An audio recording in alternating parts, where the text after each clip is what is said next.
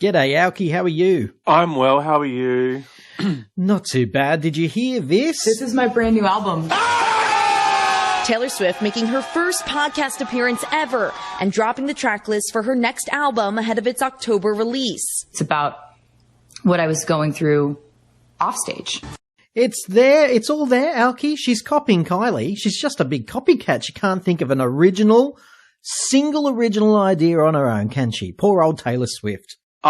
Yeah, I must admit, when I first saw it, I went, "Oh, that's an interesting title. Not original, which is a bit unfortunate." But yeah, I guess it's interesting. I mean, I guess the Showgirl idea has been around for so long, but us Kylie fans, I think we kind of hold it to our Kylie. You know, we think of Showgirl, we think of her. That's right. 2005. 2005. Yes. I know, 20 years ago, damn. I know. The Life of a Showgirl, it's called. And poor old Kylie, she was inundated with, who knows? She might not have even known that Taylor had dropped this announcement, and she's getting inundated. And she did the classy thing, as she always does, Alki. She didn't ignore it, straight to Instagram, all her socials, and puts up a post with all her old Showgirl photos, classics, and said, here's to all the Showgirls, wishing them all well, something like that. Amazing. Classic Kylie, absolutely. I wouldn't expect anything less, really. I mean, she's not one to be like to put anyone down. And I mean, why would you? I guess like I said, the Showgirl idea, Marilyn Monroe did it, there's been so many different concepts of the Showgirl, I think it's just, I think because Taylor Swift, I guess because it's music as well, straight away people going, oh, wait a minute, it's an album, it's Showgirl, oh, Kylie's kind of already been there, done that, but I guess this is going to be her take on it, and it'll be interesting to see what she does, I reckon. Bloody Kylie fans, listen up, Kylie fans, if you're listening to this. If you're one of those ones swirling around social media and putting your stupid tuppence worth up on the internet saying, Kylie did it first, Kylie did it first. No, she didn't. As Alki just said, Showgirl goes right back to, it's got English and French roots, and essentially Moulin Rouge was probably... Exactly. I mean, Moulin Rouge, classic, like that pure Showgirl, My God. I mean, Madonna used to cop this too. Absolutely. But I mean, she didn't invent that whole material girl look, and people think Madonna invented a whole heap of stuff. She maybe enhanced it and she took it on, but she didn't invent it. And she elevated it, and I think that's what Did you just say elevated? I did, yeah. Are you not a Meghan Markle fan, I hope? No. Thank God. She uses that word a lot, and it really, you've triggered me. You've triggered me. I'm scratching my eyes out. Sorry. She goes, I just like to take ordinary things and elevate them. Oh my God. She says it all the time. I don't even pay attention to her, so I wouldn't even know she said that. I'm not going to lie. Hey, Alki, can I ask you, have you seen Taylor's, it's called The Life of a Showgirl, I think, and have you seen the album cover? I've seen, there's quite a few different ones. Yes, it's a bit confusing, but there's one, and I'm about to make a leap here, so just have a listen to this.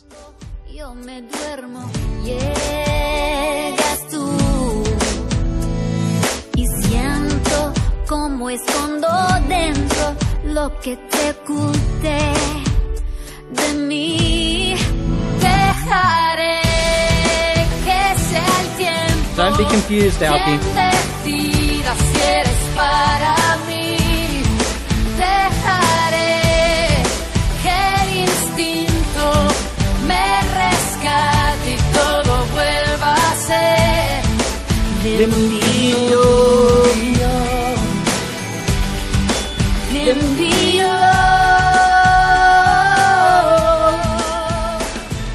There you go, Kylie. There's a Limpio, and you might be wondering, Alki, what the devil is the leap he's trying to make? Well, I'm not so outraged by the Showgirl, as you can hear. I'm outraged by the cover. If you're looking at it now, folks, The Life of a Showgirl, the Taylor Swift official album cover. Alki's right, there's a few, but there's one official one. I reckon it's from the Limpio video. Did anyone else notice this? This is the outrage. This is the true outrage, my friends. Stop with the Showgirl BS. This is the outrage. I'm staring at it now. It's Kylie in the Limpio video. That's the one where she's in the water? Is that the one you're talking about? Yeah, all the funny little coloured, swirly and sparkly and all of that. Oh, I can't believe it. That's the outrage. Why is the media not picking up on the mainstream media? It's a conspiracy. I'm telling you. It's a conspiracy. Absolute conspiracy. 48 days, 18 hours, 20 minutes and 44 seconds to go. If you're wondering when this was recorded, that's how long until the Life of a Showgirl drops. I'm actually excited about the album, Alki, because Taylor's such a morbid soul, all her bloody dead poets and death of it. This one is apparently bangers from beginning to end. I'm excited. I do love me some Tay Tay. I think the last couple of albums have been a little bit more slower. Slower? They're enough to open a vein. They're the most depressing things. Have you heard them? The Dead Poets Society or whatever it's called? I have. My God. Yes, I must admit, not my favourite Taylor era, I'm not going to lie. Oh, shocking. You know, I'm so surprised. There are some songs here and there that I'm like, oh, I like what she's saying, but I agree. I'm looking forward to an album where you can just boogie and sing along in the car too. Yeah, because I don't mind a bit of Taylor either, but I haven't really liked any of her music since the one she was wearing the tutu in. That was a good song. Can't remember that. But remember that one? Like, it was a big one. Yeah. Anyway, she needs to get back to that. And there was also one that Katy Perry wore a hamburger suit in. That was a Taylor song in the video clip. I liked that because they're all bright and poppy, but I can't believe the fans swoon over this. Like, I think she had two, part 1 and part 2 of that. Yes, Morbid Poets Suicide album. No, I think there were more, actually. I think if you go into iTunes, there's so many different versions. Well, she's very excited, very upbeat. And why wouldn't she be? She's in love. She's in a great relationship. That Eras tour was absolutely phenomenal. Yes. She recorded this album apparently in Sweden during the tour. And she's just got the rights to all her music back officially. Thank God. That's good. That's exciting. I'm happy for her for that. Yeah, so she's got a lot to be happy about. So that's going to be reflected in the music. She's not copying anyone. You know, like you said earlier about Madonna and doing Material Girl, and everyone was like, "Oh my God, that she's doing Marilyn Monroe." Oh, blah blah blah. But it's and I don't want to use that your trigger word, but I'm just going to say it again. It's all about elevating that style. No, enhancing. Say enhancing that style. And what surprised me actually with Taylor Swift, one of the song "Life of a Showgirl" it actually features Sabrina Carpenter. Yes, I was about to say, but my most exciting thing is I believe the lead single. Yes. The lead single. Can you believe it? Yes. I'm a little bit excited by that, so I can't wait. I think that's really quite exciting because a lot of the stuff that Sabrina does, almost people could say, oh, she's emulating or she's sort of trying to copy what Taylor does in that kind of style with the way she dresses and the way she looks. So I think she'd be perfect in that kind of showgirl style with Taylor. I think their voices will really complement each other. So I'm quite excited for that. Shake It Off. That's the song I couldn't remember with the tutu. Shake It Off. Oh, yeah, Shake It Off. You're right. Shake It Off. Yeah, I've got to say, like, how cool is it that Taylor Swift has now become the Madonna where she's pulling in the younger, relevant artists to bolster her own career? Of course, I'm mocking Taylor needs no one to bolster her career, but really I do remember the criticism Madonna got one of the first she did was probably Justin Timberlake, maybe. She started doing collabs and it never ended, remember? And people were like, when she did that collab with Britney and Christina at the Video Music Awards and that whole drama, and then she actually did a song with Britney. And a lot of people were like, oh my God, what is she doing? But hey.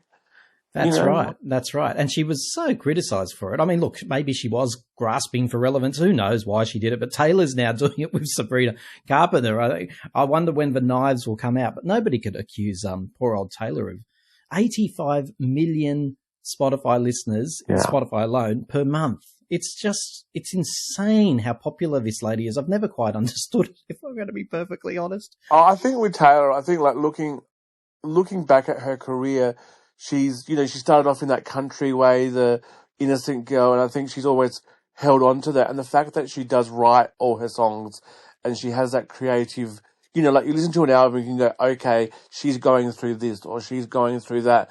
And I think a lot of people can relate to that. And I think that's why she's resonated with so many different people. Even my daughter likes a bit of Taylor. She's not a mad fan, but she sings this song and she gets very angry at me, Alki, because the song apparently doesn't go anything like this, but I get in front of her and I go, I wear short shorts right behind the bleachers, because I think that's how the song goes. There's certainly something about bleachers and short shorts, and one of the early country not quite songs. in that tone, but it's more fast paced than that. But yeah, no children like it when their parents wiggle their hips in front of them. That's for sure. But I do. I wear short shorts right behind the bleachers. I'm sure she's that's just like, how it Dad, goes. you're embarrassing me. Stop it. Well, it's a funny little song. I'd never heard it until she started playing it for me. But there you go.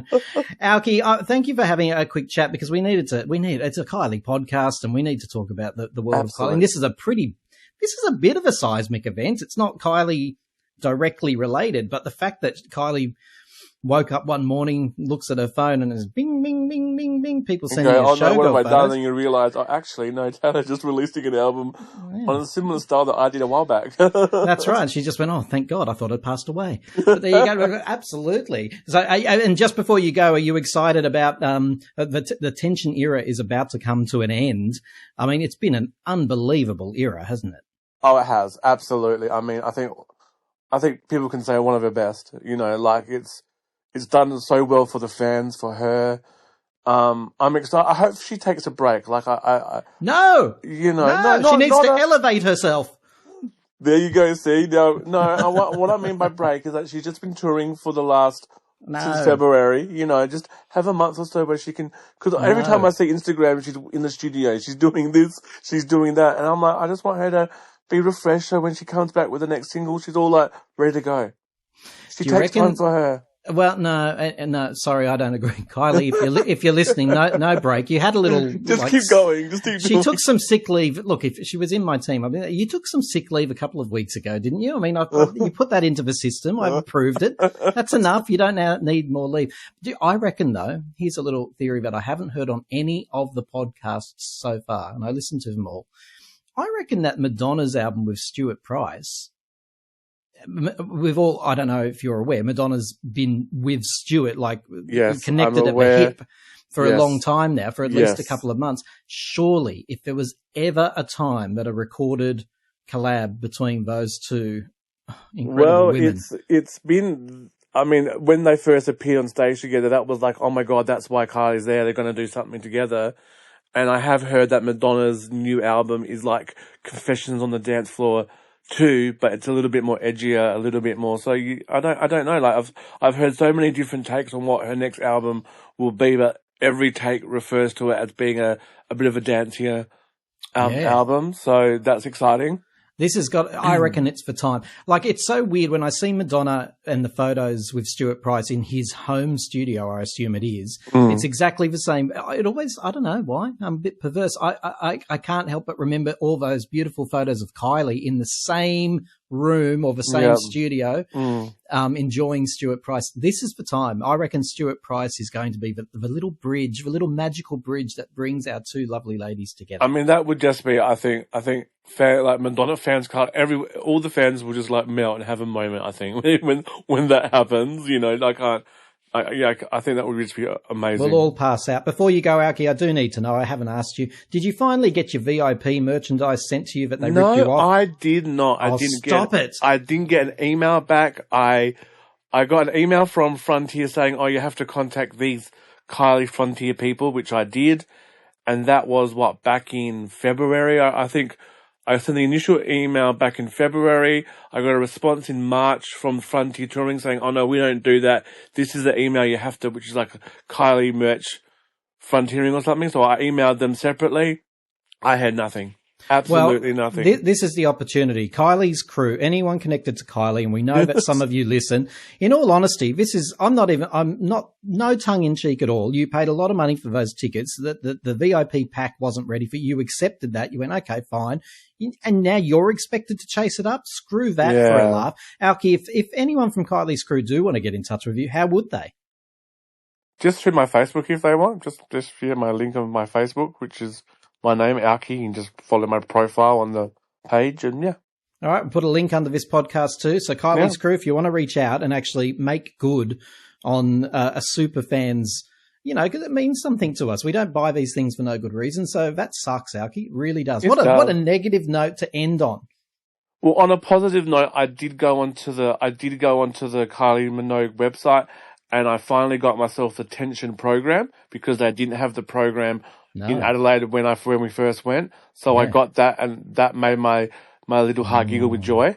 I may have also bought like a Vegas bomber jacket and a Vegas ticket, like landing out, because they were having a bit of a sale. I love me a sale, and the bomber jacket is absolutely fabulous. The quality is like, oh my God, it's just good. I just love it. It's just like, wow. I put it on. How much it cost you? I actually got it because they had a sale. It cost me $160. Australian? Yeah. Jesus, that's expensive. Not when it was over 300 normally. My God, but you really love it, do you? It's like, it was one of those things that I looked at when it was full price, and I was like, I love you, but I don't love you that much. And then it was one of those things where I went to go and buy the actual program, and then they was like, oh, there's a sale, and I'm like, oh, let me have a look at what you get. And if you buy one Vegas item, you get them both half price. Wow. So I was like, oh, well, that's good, so. Well, good for you, Aki. You'll have to send me a picture, and we'll put it on the podcast cover. I want to see Alki in his Kylie Vegas bomber jacket. That's amazing. Alki, I love hearing your voice. Thank you so much. Always a pleasure.